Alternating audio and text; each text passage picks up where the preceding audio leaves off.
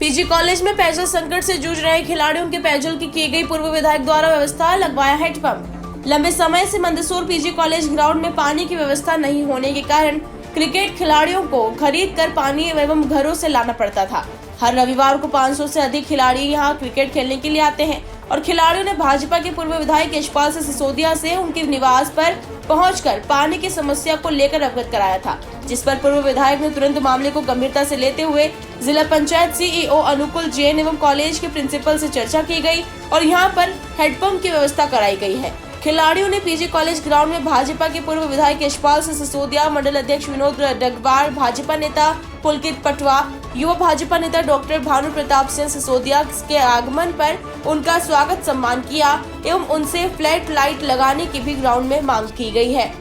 हम बहुत बहुत धन्यवाद देते हैं आदरणीय यशपाल जी का और हम जितने भी कॉलेज ग्राउंड के खिलाड़ी हैं, हमारी मांग थी और उन मांग को आदरणीय यशपाल जी ने पूरा कराया। हमने एक मांग और रखी है आज फ्लड लाइट की। हम उम्मीद करते हैं कि खेल मंत्री के माध्यम से इस ग्राउंड में फ्लड लाइट का भी काम हो जाए, जिससे अपन नाइट टूर्नामेंट हो सकेंगे। देखिए, समस्या का जब समाधान होता है और वह समस्या जो जनता के द्वारा, युवाओं के द्वारा या किसी वर्ग विशेष या व्यक्ति के द्वारा बताया जाता है, वो उनका निजी चिंतन और निजी सोच होता है। राजनीति में जो जनप्रतिनिधि जिस हिसाब से सोचते हैं वो काम अपने हिसाब से हो सकते हैं, होना भी चाहिए, लेकिन ऐसे काम जो राजनीतिक क्षेत्र में काम करने वाले नेताओं की आंखों से बाहर है, ओझल है। और ऐसे में अगर समूह उठता है, युवक उठते हैं और खिलाड़ी उठते हैं और वो अगर कहते हैं कि कॉलेज का इतना बड़ा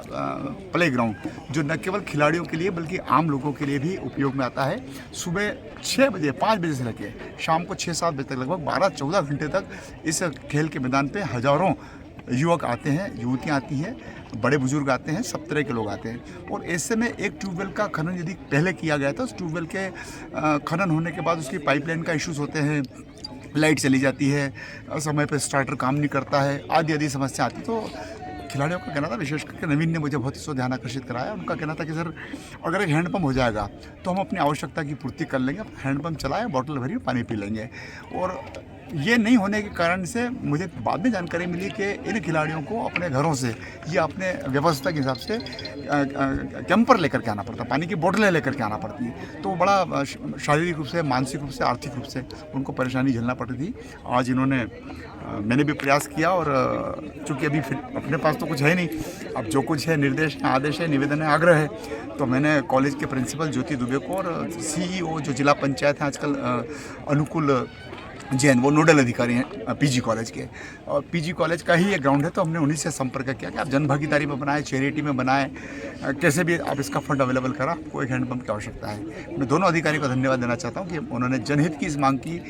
छात्रों की मांग की, खिलाड़ियों की मांग की, बुजुर्गों की मांग की पूर्ति करी। ट्यूबवेल खनन हो गया है, 200 फीट पर करीब 2.5 से 3 इंच पानी आया है, ऐसा बताया गया है। बहुत जल्दी इसके ऊपर हैंडपम्प का जो कवर होता है वो भी लगवा दिया जाएगा। और आज खिलाड़ियों ने कुछ और मांग रखी है, विशेष करके फ्लड लाइट की, क्योंकि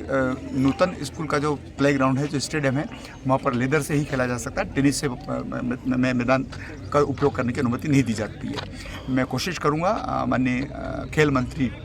विश्वास सारंग जी से और क्षेत्रीय हमारे जो भारतीय जनता पार्टी के नेता हैं, विशेष करके जगदीश देवड़ा जी, इनसे सबसे संपर्क करके और मैं निवेदन करूंगा कि छात्रों की इस शासकीय महाविद्यालय के इतने बड़े परिसर में अगर फ्लड लाइट मांगते हैं और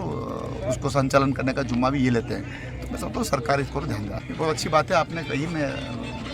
बताना चाहता हूँ कि खेलो इंडिया के माध्यम से, सांसद खेल महोत्सव के माध्यम से